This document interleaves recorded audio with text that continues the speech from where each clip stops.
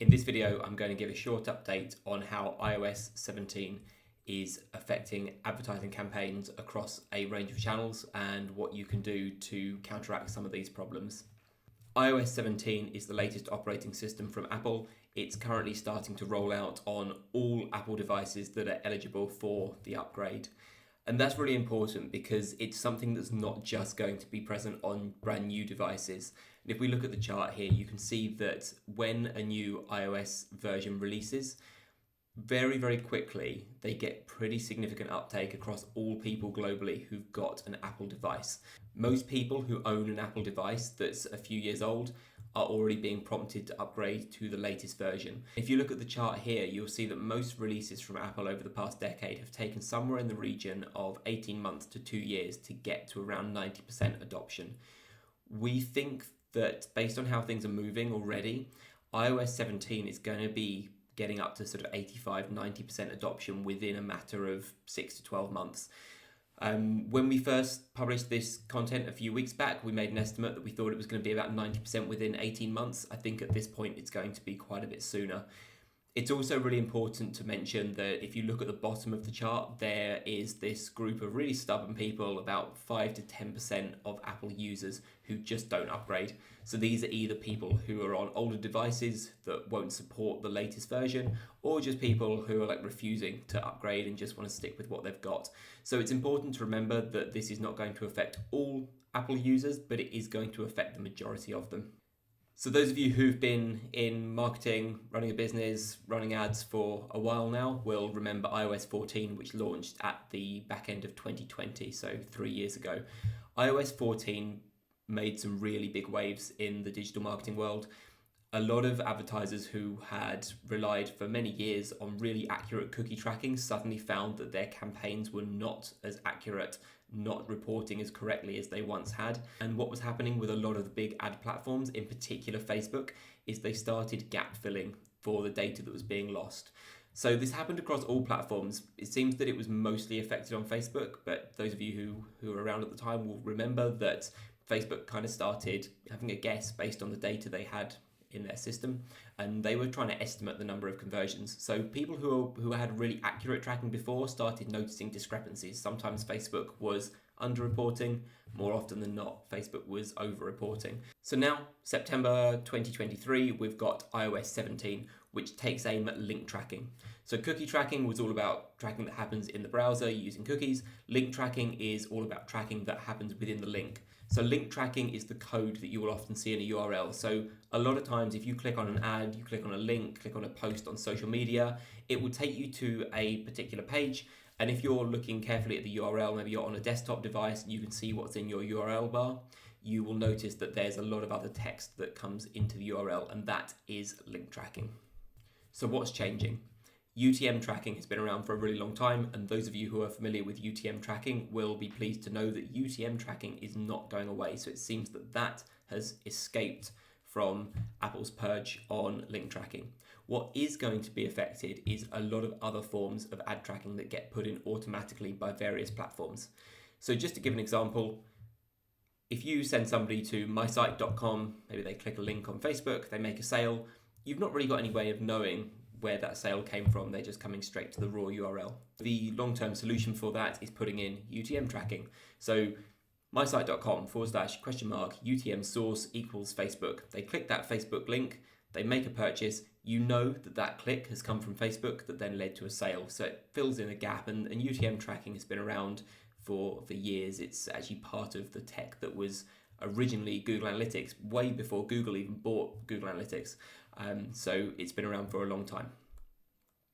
What's been happening over recent years is that ad platforms have been putting in their own tracking. So example here, mysite.com/FBCLID, and then some code. FBCLID stands for Facebook Click ID, click identification. Google do the same thing, GCLID, Google Click ID.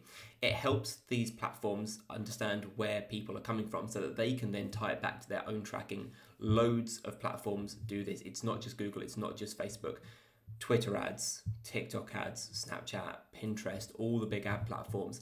Most CRM systems do it as well. Most things that we as advertisers and marketers use to track where people are coming from in some way relies on these click IDs. That is what is going to be affected by iOS 17. So it's really important to remember that anyone who is using an iOS 17 device has privacy mode enabled. If they click on a link and it's got UTM tracking in place, the UTMs will stay in place. Any other click IDs are being removed. But as far as Apple is concerned, the world is not equal. So countries where there is a higher number of Apple devices are going to be proportionally affected more than other countries. So at the top end, the country with the highest market share for iOS is Japan, over at 62%. In the US, 55%. In the UK and most of Western Europe, 43%. These are the areas that have the highest number of Apple devices. In most of Southeast Asia, around 35%. In China, 21%, in South America, down to 14%, and across most of Africa, just 3%. Where you're running your campaigns is going to determine how much your ads, your tracking, your data is going to be affected by these iOS changes. Interestingly, even just in the last couple of weeks, we're seeing quite a difference in terms of how campaigns are being affected between the US and in the UK. So even that difference between 43% and 55% is enough to make quite a significant change in terms of how much campaigns are being affected and how hard the ad platforms are having to work to fill in the data that's being lost. So what should you do about it? There are 3 key things. Number 1, ensure your tracking is in order for all platforms. So that means getting your Google tags in place, getting your Facebook pixel in place, making sure that Google Analytics is fully set up, making sure you're transitioned to GA4. Hopefully most people are already at this point. If you're using Shopify, make sure your Shopify Analytics is tracking correctly. If you're doing lead generation ads, making sure that your CRM system is set up to track as strongly as possible. It's really important that you're giving the platforms that you're using as much of a chance as possible to track everything that they can. If you've got holes in your tracking, if there are actions that you're not recording, you're only shooting yourself in the foot by making it harder. You should take this a step further as well and not just be tracking for things like sales or leads. You should be tracking every event throughout your funnel. So for e-commerce advertisers, make sure you're tracking product views, you're tracking add to carts, checkout starts. If you're doing lead generation, make sure you're tracking page lands, people starting your form, getting to key contact pages. The more data you are pushing into your systems, the better they are going to be at estimating the data that is being lost. Number 2, make sure you're using UTMs consistently across all inbound links. This has been a recommendation for a long time, but it's suddenly become a lot more popular because of these decisions that Apple have made where they're getting rid of a lot of link tracking, but seem to be giving UTMs a free pass at the moment. It suddenly means that UTMs are way more important than they were just a couple of weeks ago. So go through your ads, make sure that your Google campaigns have got UTMs in place. A lot of Google campaigns won't because they're using Google Analytics auto tagging. So make sure you've got manual UTMs in place.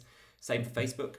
If you're running campaigns on Meta, Facebook, Instagram, etc., make sure that you've got UTMs in place across all of your ads. Most of the ad accounts that we audit, people tend to have UTMs on a few ads, but it's pretty easy to forget to put them in place across all of them. So go through, do a check, make sure they're in place across everything.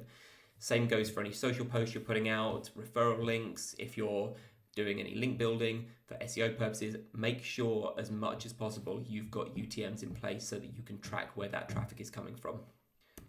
And finally, compare all your data sources. Don't just rely on ad data and don't just rely on a single platform. So every platform nowadays is having to fill in the gaps. They've only got their own data to look at. So they're making a judgment call based on other accounts, based on what they think is going on. But in terms of your business, the more you can compare your various tracking platforms, the more you're going to be in a position to understand really what's going on. So for an e-commerce retailer, make sure you're using Google Ads, Facebook Ads data, you're using Google Analytics data, you're using your data in Shopify, you're using your raw sales data. So for example, if Facebook's telling you you've had more sales than you've had across the whole business in the last 30 days, you know that data is not going to be correct. Same for lead generation. Make sure you're looking at all your sources, look at your analytics data, your site data, who's getting to what parts of your funnel, your CRM data, even what your sales team are reporting from when they're speaking to customers on calls. That's still a useful data source. Look at all those data sources holistically, and hopefully from that you'll be able to draw conclusions about what's really going on, and it will help to cut through some of the confusion that's caused when these ad platforms are making estimates about data. So there you have it, quick background on iOS 17, what those implications are for advertisers. Remember, UTMs are fine, use UTMs, make sure your tracking is in place, and don't just rely on a single data source. Look at everything that you've got to go by, and you should be able to navigate some of these changes as well as possible. If you've got any follow-up questions, please feel free to reach out to a member of our team and we'll be happy to help.